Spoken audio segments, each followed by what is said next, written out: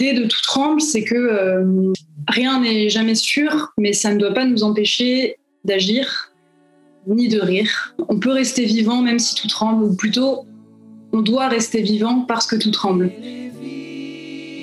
Alors, je m'appelle Blandine Ringel, je viens d'avoir 30 ans et je suis écrivaine et musicienne au sein d'un groupe qui s'appelle Catastrophe. Pour moi, l'ennemi, c'est sans doute l'indifférence, de manière un peu large, parce que dans plein de domaines, il me semble que c'est quand on ne fait pas attention aux différences entre les gens, aux différences entre les classes sociales, aux différences entre les choses, entre les espèces, aux différences entre les mots aussi. C'est quand on ne fait pas attention à toutes ces différences qu'on peut se permettre de les mépriser, de les maltraiter, de les dominer. L'empathie, c'est quoi ? C'est pas dire que l'autre, c'est pas se mettre à la place de l'autre et l'aimer, c'est pas ça. Je crois que l'empathie, c'est se dire que l'autre n'est ni immédiatement un allié, ni immédiatement un ennemi, que l'autre n'est pas tout de suite quelque chose, en fait, que l'autre, c'est l'autre. Et qu'il faut prendre le temps d'écouter, de comprendre, d'aller vers l'autre et de ne pas croire avoir compris ou croire avoir entendu avant de comprendre ou avant d'entendre.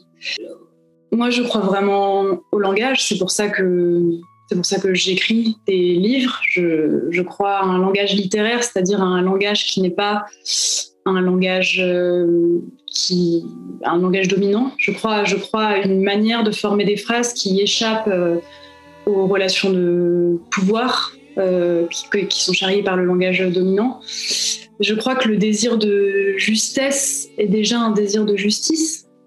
Et donc qu'essayer de parler de la manière la plus juste possible, c'est déjà désirer un monde plus juste. Je crois aussi à la musique comme manière de se faire rencontrer des gens qui ne se ressemblent pas. Par exemple, l'espace du concert. Je crois vraiment que le concert est un espèce d'îlot comme ça, démocratique, où on peut partager quelque chose via la musique, qui est un langage un peu étrange et qui échappe encore une fois aux relations de strict pouvoir. Je crois qu'il est important de continuer à regarder là où ça ne nous regarde pas. Quand on dit « ça ne te regarde pas, regarde-le ».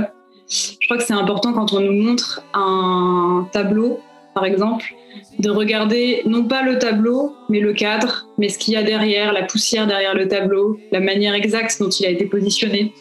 Moi, je crois vraiment beaucoup au fait de regarder les détails, de vraiment loucher sur le réel, jusqu'à finir par voir autre chose que ce qu'on avait cru voir au départ. Et donc voilà, ce qui ne te regarde pas, regarde-le.